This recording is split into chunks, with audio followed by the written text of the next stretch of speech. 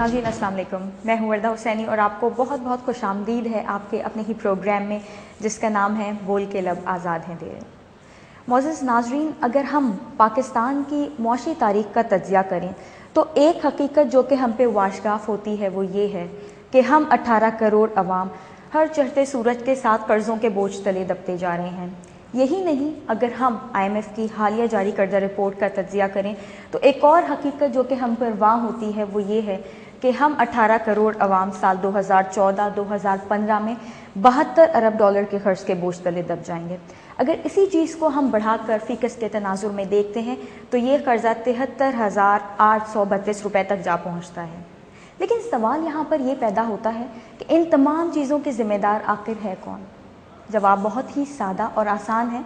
हम आप इसका जवाब दे देते हैं कि इन तमाम चीज़ों की ज़िम्मेदार हम 18 करोड़ अवाम हैं। नाज़रीन, यहाँ पर 18 करोड़ को इतना ज़्यादा वाज़ेह करने का मकसद सिर्फ़ और सिर्फ इतना है कि हम इतने सारे होके इतनी मजबूत ताकत, रोशन हकीकत, अपने कामयाब मुस्तक़बिल की दलील होकर भी न जाने क्यों आज तक खामोश हैं। हम सवाल नहीं करते, हम आवाज़ नहीं उठाते। क्या वाकई हमें अंधेरों में रहने की आदत हो गई है? सवाल और जवाब दोनों ही हमारे पास है। नाज़रीन, इन्हीं हक़ाइक़ और सवालात पर मबनी है हमारा ये प्रोग्राम बोल के लब आज़ाद है तेरे, जिसमें शामिल करेंगे हम आपकी आवाज़ को, आपके सवालात को, और देने की कोशिश करेंगे उसको एक नया रुख, जानने की कोशिश करेंगे कुछ मस्बत नताइज और बढ़ाएंगे तरक्की की तरफ एक कदम। नाज़रीन, आज हमने अपने प्रोग्राम में जिस मौजू का इंतखाब किया है वो है पाकिस्तान की मईशत, और इसीलिए हमने अपने स्टूडियो में एक मुआशी माहिर को दावत दी है जो कि 20 ईयर्स का एक्सपीरियंस रखते हैं। लाहौर स्टॉक एक्सचेंज हो या कराची स्टॉक एक्सचेंज, दोनों जगह यकसा मकबूल हैं। मैं उम्मीद करती हूँ कि आप पहचान गए होंगे, हम खुशामदीद कह रहे हैं ज़फ़र मोती साहब को। अस्सलाम वालेकुम सर। सर, सबसे पहले तो आपसे ये सवाल है कि जैसे कि हर कामयाबी की एक तारीख होती है, इसी अगर हम ज़मन में बात करें तो हमारे नाज़रीन ये जानना चाहेंगे कि ज़फ़र मोती जो कि बनामे ख़ुद एक कामयाबी हैं, इस कामयाबी के पीछे कितनी मेहनत है? ज़फ़र मोती से ZMCS का सफ़र कितनी मेहनत से तय हुआ है और इस तमाम काविश के पीछे क्या मेहनत कार फरमा है? देखिए वर्दा, मैं इस कामयाबी का टोटल दारोमदार जो कहता हूँ नसीब पर डालता हूँ। और ये जो एक कॉन्सेप्ट है इस्लाम में नसीब का कि भाई जब ख़राबी भी आती है तो हम नसीब पर डालते हैं, तो ये एक बहुत माइंड ब्लोइंग कॉन्सेप्ट है जिसकी वजह से लोगों को सुकून आता है। अब नसीब ये है कि जिस मुल्क में मेल डोमिनेटेड हैं वहाँ पर मेल पैदा हो जाना, उस फैमिली में पैदा होना जहाँ पर IQ अच्छा होना ज़रूरी है क्योंकि नेचुरल है, उधर फैमिली में पैदा होना जो लिबरल फैमिली हो जिसमें एजुकेशन को बड़ा इन्हिसार हो जिस पर, तो वहाँ पर होना, और फिर वो उन बिजनेसेस में हो जो स्टॉक से रिलेटेड है, क्योंकि मेरे दादा भी मेंबर थे, मेरे वालिद भी मेंबर हैं और मैं खुद भी मेंबर हूँ। तो ये हमारे लिए जो राइड है ये इतनी मुश्किल नहीं थी जितना लोग प्रोग्रामों में से आकर कहते हैं कि बड़ी मुश्किलात से वो आगे बढ़े हैं, और उसमें कुछ मसाले भी लगा देते हैं कि भाई बड़े हमने लाइट का लालटेन के नीचे पड़ा है, और ये ऐसा कुछ नहीं हुआ था। और बल्कि वो जो कायदे आज़म के लिए भी बात है कि वो लालटेन के नीचे पड़ते थे, ऐसा भी कुछ नहीं हुआ था। कायदे आज़म साहब की भी फैमिली जो थी बड़ी उधर की नोबल और बड़ी अच्छी वेल टू डू फैमिली थी। एनीवे, तो ये जो स्टोरी है ये आपकी मुल्क की इकॉनमी की स्टोरी के साथ चलती है, और वो इसलिए चलती है कि हमारी फैमिली 1953 से स्टॉक मार्केट में है।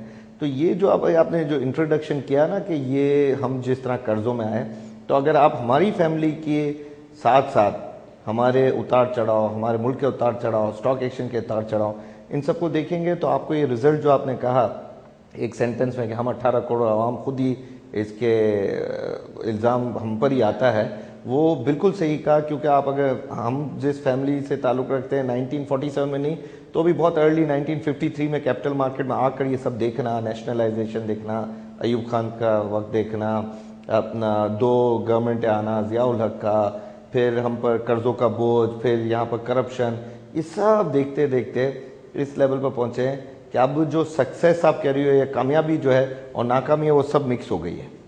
अच्छा, इसके साथ साथ अगर हम अपने प्रोग्राम को आगे बढ़ाते हैं, और एक जो बहुत ही अहम क्वेश्चन है वो ये है कि एज एन इकनॉमिस्ट आप क्या समझते हैं कि एक इकनॉमिस्ट का इकॉनमी की तरक्की के लिए क्या रोल होता है? एक इकनॉमिस्ट कितना फ़ायदेमंद होता है? देखिए इकोनॉमिस्ट का सबसे बड़ा रोल ये है कि वो इंडिकेट करे कि क्या खराबी हो रही है। जो थर्ड वर्ल्ड कंट्री के इकोनॉमिस्ट हैं ना, वो अच्छाइयों की तरफ बहुत जाते हैं, लेकिन वो ये नहीं बता रहे होते कि खराबी क्या हो रही है। जिस वक्त आपने अपने सेंटेंस में 18 करोड़ आवाम कह दिया तो सबसे बड़ी खराबी हो गई, क्योंकि जिस मुल्क में रिसोर्सेज कम हो और पॉपुलेशन इतनी ज़्यादा हो, जैसे कि 2 साल से हो रहा है कि हमारा जीडीपी कम है और हमारी पॉपुलेशन बूम ज़्यादा है, तो उधर इकोनॉमिस्ट का सबसे बड़ा फरीज़ा ये होता है कि वो इस चीज़ पर ध्यान दिलाए कि भाई क्यों हमको भूख ने सताया हुआ है, क्यों हमको इंफ्रास्ट्रक्चर की तबाही ने सताया हुआ है, क्यों हमें आज आगे किसी के हाथ फैलाना पड़ता है, क्यों यहाँ पर ये बेचैनी, ये मिलिटेंसी, ये तबाही, ये सुसाइड बॉम्बर आ रहे हैं। ये सब कनेक्टेड है इकोनॉमी से। यकीन कीजिए इसमें कोई रिलीजन का हिस्सा है, लेकिन सबसे पहला जो हिस्सा है वो इकोनॉमी का है। भूख लोगों को सुसाइड बॉम्ब की तरफ ले जाता है, बॉम्बर की तरफ। तो इकोनॉमिस्ट का है काम कि वो यहाँ से शुरू करे बात और लोगों को ये बताए कि भाई ये पॉपुलेशन बूम, ये जो कर्ज चढ़ना, ये वजह क्या है। इकोनॉमिक्स का बहुत बड़ा काम है मेरे ख्याल में। गवर्नमेंट, मिलिट्री, टीचर, इनसे भी ज़्यादा इकोनॉमिक्स का होता है कि वो हर एक को उनकी कहाँ गलती हो पहले बता सकता है।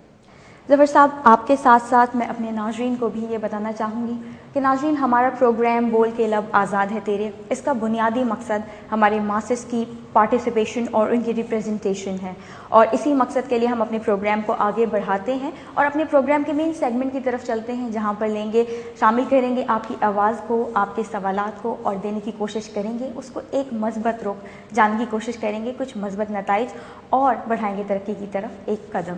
लेकिन ये सब होगा एक छोटे से ब्रेक के बाद। कहीं मत जाइएगा, हमारे साथ रहिएगा।